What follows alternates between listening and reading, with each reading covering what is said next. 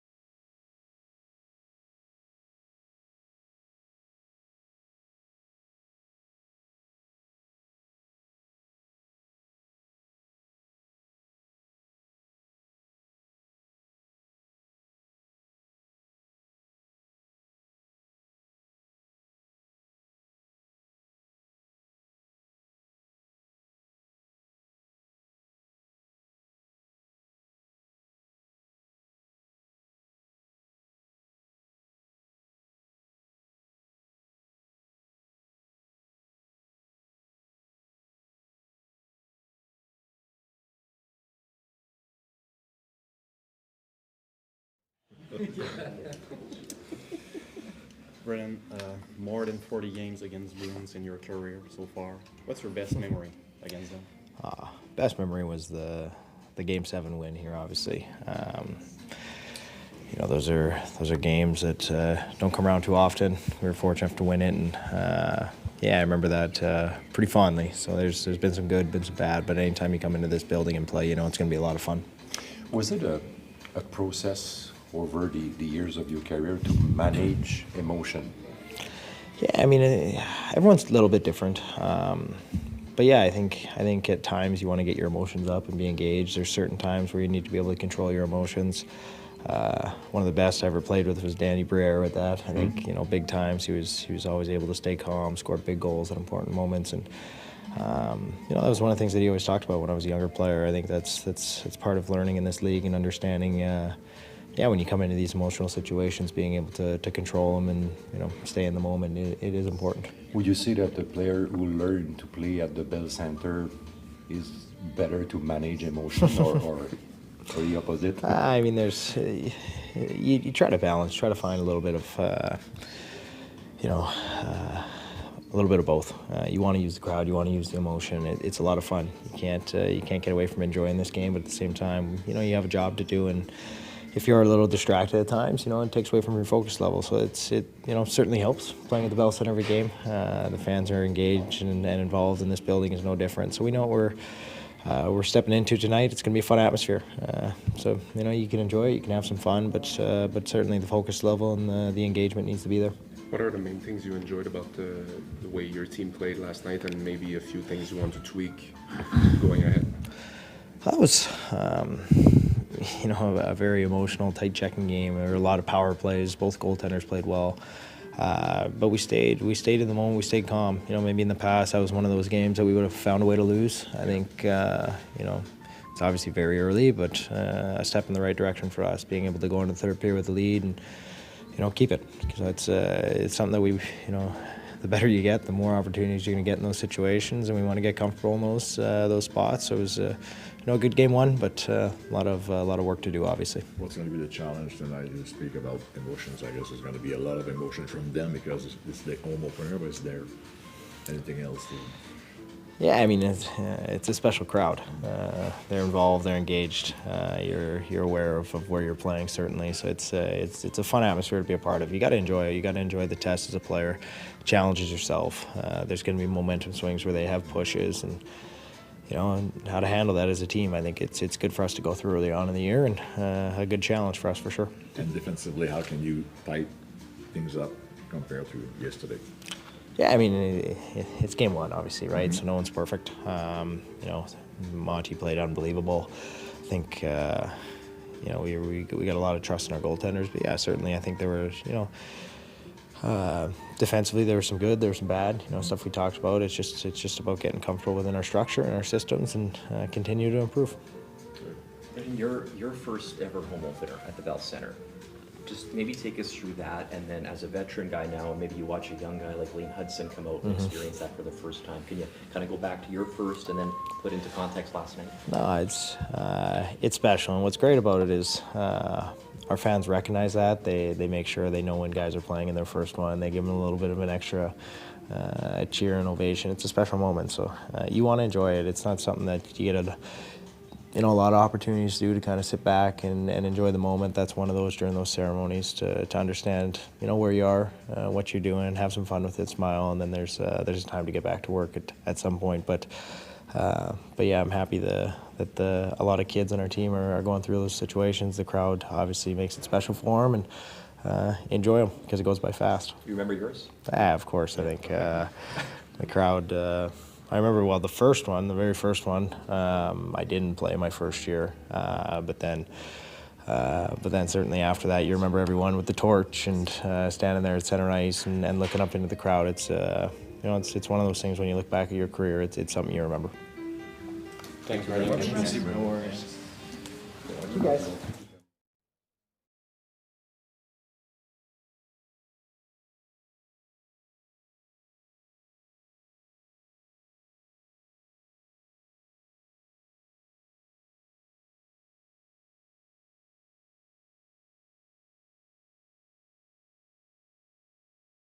Oui, Cappy va rentrer, Emile va sortir. Justement, un gars comme Kapanen nous a démontré des belles choses au camp parce qu'il est encore ici. Je te demanderai pas qu'est-ce que tu veux voir de lui, mais comment un gars comme lui peut tirer avantage de votre environnement d'équipe, puis des opposants ce soir, puis du défi qui vient avec. Ouais, tu sais, c'est son premier match aussi. Puis, tu sais, comme c'était planifié, Émile ne sort pas parce qu'il n'a pas bien joué. Moi, je voulais donner une game aux deux, aux jeunes, en partant comme ça pour s'acclimater, avoir de l'expérience.